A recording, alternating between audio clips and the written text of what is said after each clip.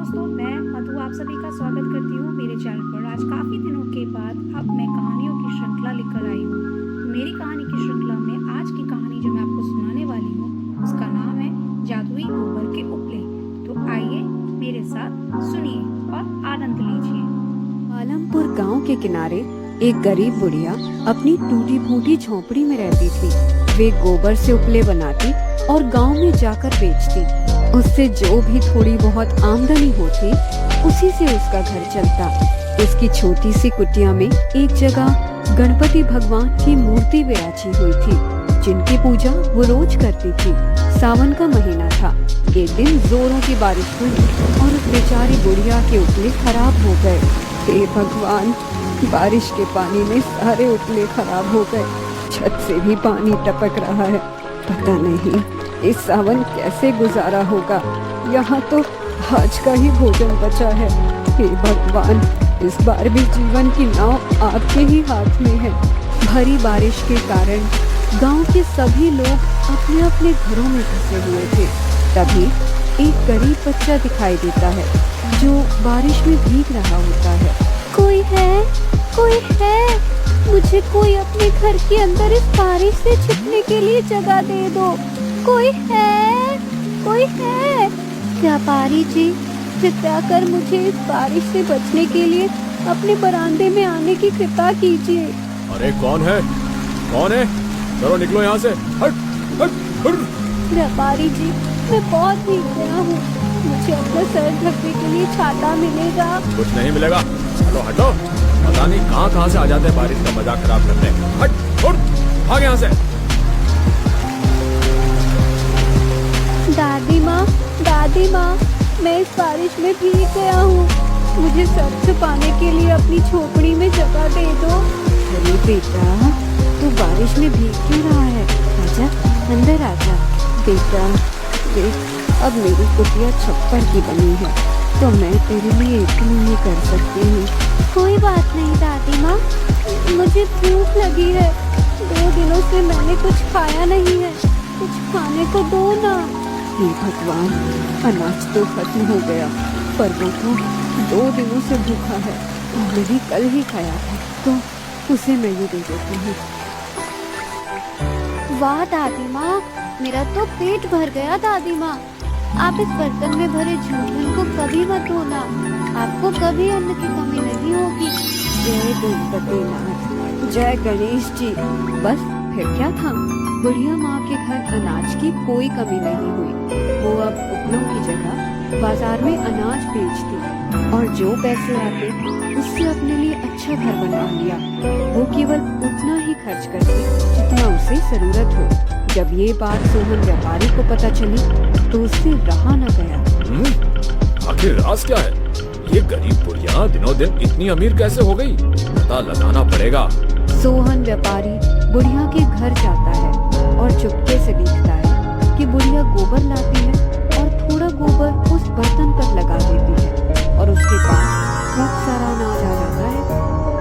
ओह, ये तो चक्कर है। ये तो मेरे पास होना चाहिए। एक बार ये बर्तन मुझे मिल जाए तो मैं इस गांव का सबसे अमीर आदमी बन जाऊंगा। रात में समय पाकर लालच में डूबा वो सोहन व्यापारी उस जादुई बर्तन को चुरा कर अपने घर ले आता है। इसको साफ करता। अगर उस बुढ़िया का गोबर अनाज बन सकता है तो मेरा अनाज सोने और चांदी में बदल जाएगा। ये बर्तन इतना गंदा क्यों है? इसको साफ कर देता। लालच में अंधा हो चुका सोहन व्यापारी उस बर्तन पर लगे झूठन को साफ कर देता है और जैसे ही उसमें खाना परोसता है, उसके घर में रखा सारा अनाज सोने चांदी के बजाय गोबर में बदल जाता है। हे भगवान, ये क्या हुआ? मेरा सारा अनाज गोबर में कैसे बदल गया? लगता है मुझसे कुछ गलती हो गई है। एक बार फिर से प्रयत्न करता हूँ। सोहन व्यापारी और अनाज खरीद कर लाता है और जैसे ही उस बर्तन में डालता है, एक बार फिर सारा अनाज गोबर में बदल जाता है। हे भगवान, ये कैसा चमत्कार है?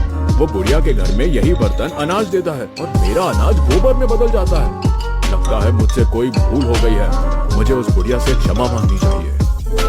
दादी माँ, मुझे माफ कर दीजिए। मैंने ही आपके घर में घुसकर वो जादुई बर्तन चुराया है। मुझे माफ कर दो दादी माँ।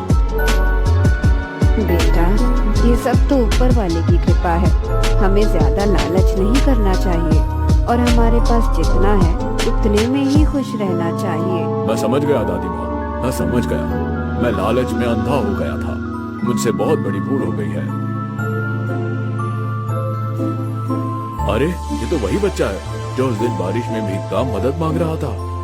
हाँ, और इसी बच्चे ने ही मुझे वो जादुई बर्तन दिया था। याद है सोहन, जब मैं उस बच्चे के भेष में तुम्हारे पास बारिश में भीगता हुआ सर छुपाने के लिए मदद मांगने आया था और तुमने मुझे भगा दिया था। उसी दिन मैं इन दादी माँ की कुटिया के पास आया और मदद की गुहार लगाई। टूटी छत होने के बावजूद भी इन्होंने मेरी मदद की। घर में खाना ना होने के बावजूद इन्होंने मुझे खाने के लिए दिया। इनके इस त्याग और बलिदान से प्रसन्न होकर मैंने उन्हें ये झूठी थाली दी थी और कहा था इसका जूठन कभी साफ मत करना और तुम्हारा गोबर अनाज में बदल जाएगा। मगर तुम्हारा लालच इतना बढ़ गया कि तुमने उस बर्तन को चुरा लिया और जूठन को भी साफ कर दिया। इसी कारण तुम्हारे घर का अनाज गोबर में बदल गया। हे प्रभु, मुझे माफ कर दीजिए। मुझसे बहुत बड़ी भूल हो गई है। मैं आपकी परीक्षा को समझ नहीं पाया प्रभु। मैं आपकी परीक्षा को समझ नहीं पाया। मुझे क्षमा कीजिए प्रभु, मुझे क्षमा कीजिए। उठो सोहन, तुम्हारा पश्चाताप ही तुम्हारी क्षमा है। इस नगर में दादी माँ की सहायता से एक भंडारा करवाओ और सारे नगर वासियों को उसमें आमंत्रित करो। दादी माँ के बनाए हाथ का खाना खाने मैं भी आऊँगा। इतना कहते ही वो हवा में ही अंतर्ध्यान हो गए।